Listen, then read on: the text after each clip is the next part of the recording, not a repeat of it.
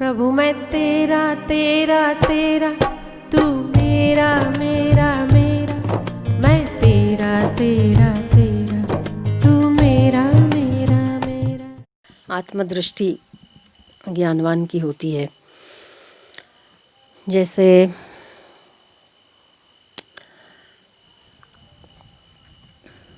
Painter ने बहुत अच्छी मूर्ति बनाई, बहुत अच्छे अच्छे चित्र बनाए। हमारी दृष्टि है कि पेंटर बहुत अच्छी मूर्ति बनाता है। पेंटर ने जो पेंटिंग की है वो बहुत सुंदर पेंटिंग की है, पर अगर दीवार या कपड़ा ना होता तो पेंटिंग हो सकती थी? नहीं हो सकती थी। जैसे सारी चित्रलिखित मूर्तियों का आधार जैसे दीवार है, ऐसे ही ज्ञानवान समस्त जगत के व्यवहार का और चित्रलिखित मूर्तियों का, कोई पुरुष मूर्ति में, कोई स्त्री मूर्ति में, कोई पेड़ पौधे की मूर्ति में और कोई पशु पक्षी की मूर्ति में, अगर वो दीवार रूपी आधार परमात्मा ना होता तो ये जगत की मूर्तियां भी चित्रलिखित ना होती। ये ज्ञानवान समझता है, इसीलिए सबको आत्मा भाव से देखता है। जैसे हम पेंटिंग देखते हैं और पेंटर ने बहुत सुंदर मूर्ति बनाई है, पर पेंटर की दृष्टि उस सरफेस पर होती है कि मैं इस पर चित्र लिख पाऊंगा या नहीं, और इसका आधार कितना मजबूत है उतनी मेरी पेंटिंग मजबूत होगी। कपड़े की पेंटिंग अलग तरह से और दीवार की पेंटिंग अलग तरह से। जिसका जैसा आधार होता है वैसी उसकी पेंटिंग होती है, पर आधार तो होता है ना। अगर आधार हटा लो तो पेंटर किस पर चित्र लिखेगा? अगर मूर्ति बनानी है या हमें पेंटिंग करनी है, स्केच बनाने, तो पेपर, दीवार, कपड़ा कुछ तो चाहिए ना। बिना उस आधार के जैसे पेंटिंग नहीं होती, ऐसे ही बिना इस आधार के जगत उत्पन्न नहीं होता। इसलिए जगत का मूल आधार परमात्मा है। ये ज्ञानवान समझता है और हम उस चित्र लिखित मूर्तियों को सत्य समझकर उलझ जाते। वो उसके मूल और तह तक जाते कि जैसे आधार सत्य है, चित्रलिखित मूर्ति तो एक वॉश के बाद दूसरी भी लिखी जा सकती है, पर वो आधार नहीं हटना चाहिए। ऐसे ही आत्मा रूपी आधार जगत का पहले, अभी और बाद में आत्मा की सत्ता का आधार है, तभी जगत नजर आता है, तभी जगत का व्यवहार भी नजर आता है। तो हमारी बुद्धि मूर्तियों में अटकती है, उनकी बुद्धि आधार को खोजती है। और आधार एक बार समझ आ जाए तो तुलसी की माला समझ आ जाए, फिर इसको छुपा दो तो आपको पता तो चलेगा ना कि ये तुलसी की माला थी। एक बार जिसका ज्ञान हो जाए तो वो अज्ञान में नहीं परिवर्तित होता। आपने किसी चीज़ का ज्ञान ले लिया, वो कभी अज्ञान नहीं बन सकता, है ना?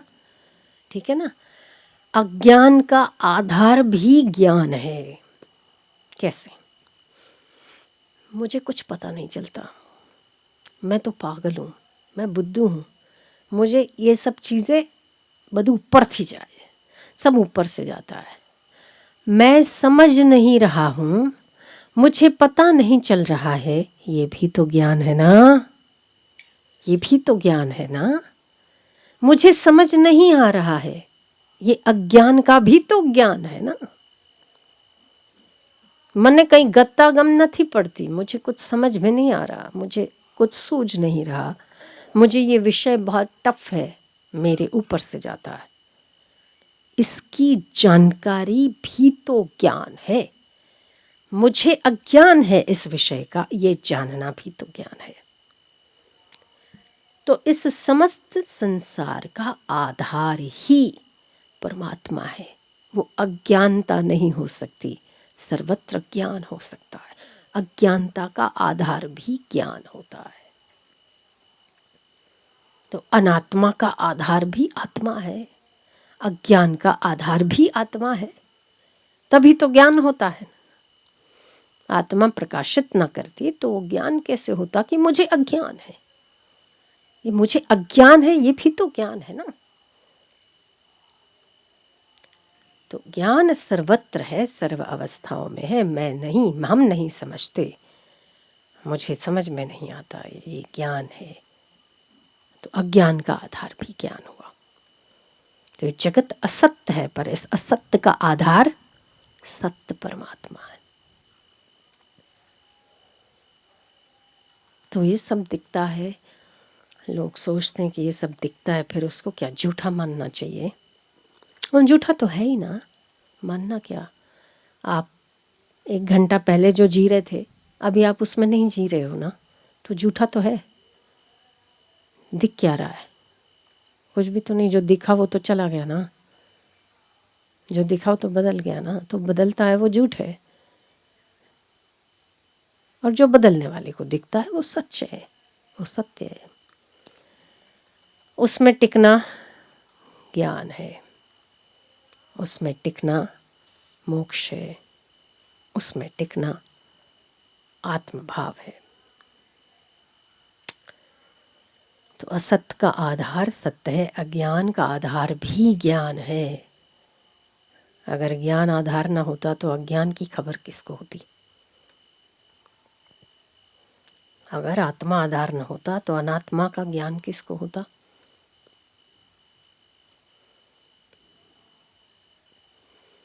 मेरी बुद्धि काम नहीं कर रही है, भले नहीं कर रही है, मेरी बुद्धि काम नहीं कर रही है, इसका तो ज्ञान है ना। मतलब आप बुद्धि से अलग हो तभी आपको पता चला ना कि आपकी बुद्धि काम नहीं कर रही है। तो कोई ऐसा तत्व है जो इन सब से ऊपर काम कर रहा है। मेरी बुद्धि में फिट नहीं हो रही बात, मुझे आपकी बात समझ नहीं आ रही, मैं समझने में असमर्थ हूँ, या आप समझा नहीं पा रहे हैं। जो कुछ भी आप कहते हो कि मेरी बुद्धि, क्योंकि बुद्धि से ऊपर तो और कौन समझेगा। बुद्धि में जब बात नहीं बैठी तो ख़त्म बात, फाइनल, आप उस चैप्टर को क्लोज कर देते हो। पर मेरी बुद्धि में नहीं बैठी बात, उसको भी तो कोई समझ रहा है ना। वो क्या है, उसे समझने का यत्न होना चाहिए कि हमारी बुद्धि को कौन प्रकाशित कर रहा है, जो ये कह रहा है कि मेरी बुद्धि काम नहीं कर रही। उससे भी ऊपर कोई चीज़ है, वो है आपके आत्मा का प्रकाश, जिस प्रकाश के तहत सारे जगत का, जैसे एक प्रकाश, अभी आपके यहाँ लाइट चल रही है, इस लाइट में माइक चल रहा है, हम बोल रहे हैं, आप सुन रहे हैं, कैमरा चल रहा है, कई लोग वहाँ बैठे देख रहे हैं, आप मुझे सुन रहे हैं, मुझे आप लोग दिख रहे हो। पर अगर ये लाइट बंद हो जाए तो ना आप मुझे देखोगे, ना हम आपको देखेंगे, ना वीडियो दिखेगा, ना शूटिंग होगी, ना कोई और देख पाएगा। ठीक है ना। तो जैसे इस वक्त इस पंडाल का आधार ये प्रकाश है, प्रकाश नहीं तो होते हुए भी कुछ नहीं, ऐसे ही सारे जगत का आधार परमात्मा रूपी प्रकाश है। अगर वो नहीं तो कुछ भी नहीं। अगर उसका प्रकाश नहीं तो आप देख नहीं सकते, बोल नहीं सकते, सुन नहीं सकते, समझ नहीं सकते, जान नहीं सकते, पा नहीं सकते, आ नहीं सकते, जा नहीं सकते। क्यों? क्योंकि वो प्रकाश आधार नहीं है। तो आत्मा रूपी आधार इस जगत रूपी पंडाल का आत्मा रूपी आधार है। जैसे इस समय इस पंडाल का आधार ये प्रकाश है, ये जैसे लाइट है, तो उसमें सारे क्रियाकलाप होते हैं। ऐसे ही जगत रूपी पंडाल का आत्मा रूपी आधार ना होता तो ये क्रियाकलाप ही ना होते। तो क्रियाकलापों के ऊपर जिसकी दृष्टि है वही आत्मा को देखता है, वही सत्य देखता है, वही ठीक ठीक जानता है। पहला है ना 50 वर्ष पहला कोई ऐसा कहता आपको कि आप जहाँ खड़े हो ना वहीं आप चल सकते हो, दौड़ सकते हो, तो कोई मानने को तैयार नहीं होता। हम ऊपर दौड़ाए कहीं, जहाँ आप खड़े हो ना वहीं आप दौड़ सकते हो। अब पहला ट्रेडमिल, हाँ, ત્યાં ને ત્યાં દોડે ને પછી પરસેવા કાઢે. હું મેં એવું પ્રાકૃતિક હવા ન મળે, એસીમાં દોડવાનું પાછું, એ શું મજા આવે. आदमी कुछ दौड़े तो कहीं तो पहुंचे ना, वहीं का वहीं दौड़ रहा आधे घंटे से. विचित्र ना कहेवाय आम तो, हाँ विचित्र ज कहेवाय ने, आम तो विचित्र ज कहेवाय ने, पण शुं थाय दुनिया है ना. એને પાછું વળી ફેશન ને મોડર્ન બધા કે दुनिया भी એવી है. दौड़ हमारी कितनी तेज है पर हम आखिर तो वहीं के वहीं है.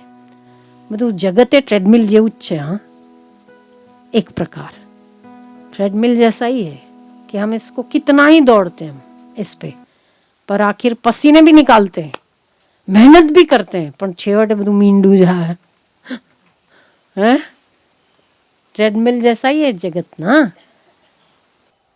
पाछो 1 किलोमीटर बतावे हो पर पहुंचाए ना. हाँ किलोमीटर तो दिखाता है, आप कहीं पहुंचते नहीं है. ऐसे ही जगत डेस्टिनेशन तो दिखाता है आपको कि आटलू कर्या पछी तमने शांति, पण क्यों न पहुंचाड़े डब खाड्डा में बधु.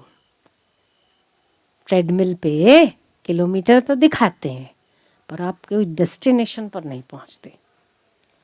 ऐसे ही जगत आपको रोमांचक, आह्लादक આમ દેખાય તમે કેટલું બધું મહેનત કરી, બાપ રે બાપ, પણ કોઈ ડેસ્ટિનેશન ન આવ્યું.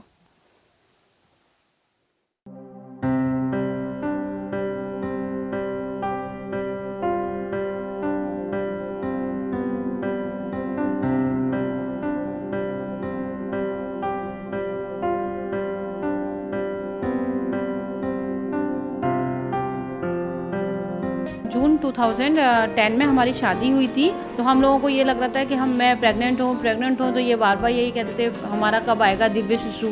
संस्कारी हो कि ऐसा हो कि लोग इसके नाम से हमें जाने, हमारे नाम से इसको ना जाने. ये जब हुआ था तभी से ये बहुत एक्टिव था, तो जो डॉक्टर बोल रहे थे कि आपका बच्चा बहुत ही एक्टिव है. ये इसको 6 मंथ्स में इसको एक अवार्ड मिला है मदर्स प्राइड स्कूल की तरफ से, मोस्ट फ्रेंडली बेबी का अवार्ड इसको मिला है. इसका जब 2-3 दिन का ही हुआ था तो इसने पलटना शुरू कर दिया था. मेरे मन में बस यही रहता था मेरा बेटा ना, जो भी हो बच्चा, उसकी एक्टिविटी मैक्सिमम कृष्ण भगवान की तरह हो, कृष्ण भगवान की तरह उद्यमी, थोड़ा सा शैतानियाँ करे, शरारत करे. तो जब भी मैं अब नाराज़ हो जाती हूँ इससे, मैं शांत हो जाती हूँ, सीरियस हो जाती हूँ, तो मेरे को हंस हंस के मनाएगा, तालियां बजा बजा के मनाएगा, लेग्स चलाएगा, किसी भी तरह से मम्मी मन जाएं और मेरे से खुश रहें, मेरे को उठा लें गोदी में. इस तरीके की ये हरकतें करता है. और हेड पर ये उठा आया था बीच का हिस्सा, काफ़ी उठा हुआ था. तो हम ये कहते थे, डॉक्टर्स को दिखाते हैं ये फॉरहेड पे इसका इतना बीच का उठा हुआ हिस्सा क्यों है. अब तो काफ़ी हद तक दब गया है, लेकिन हम इसके स्नैप्स लेते हैं तो इसके बीच में एक बहुत बड़ा टीका आ जाता है वाइट कलर का. जैसे कहते हैं पिछले जन्म के साधु सन्यासी वगैरह संत वगैरह होते हैं, उनके जैसे माथे पे वो लोग टीका वगैरह लगाते हैं, उस तरीके से इसके भी टीका आ जाता है. भाग्य चक्र है वो डेवलप है. विश्व शिशु रत्न जो संस्था है, ये जो लोग ये जो चीज़ बताते हैं उसको अडॉप्ट करने से ही हमें बहुत कुछ फ़ायदा हुआ और हमें एक दिव्य शिशु की प्राप्ति हुई है. हमें दिव्य शिशु रत्न से बहुत संतुष्ट हैं. हम चाहते हैं जो लोग इसको नहीं मानते, जो लोग ये सोचते हैं कि इन दवाइयों से, इन चीज़ों से कोई भी फ़र्क नहीं पड़ता, लेकिन मेरा बस यही कहना है कि इन दवाइयों को यूज़ करो, आपको इससे पॉजिटिव इफेक्ट ही होगा, नेगेटिव इफेक्ट कुछ भी नहीं होगा. अच्छा, ये दवाइयाँ यूज़ करने का भी फ़र्क था कि इनकी डिलीवरी भी नॉर्मल हुई है, नॉर्मल हुई थी और हमें कोई एक्स्ट्रा दवाइयाँ एक्स्ट्रा कोई कॉम्प्लिकेशन इतने नहीं हुए हमको.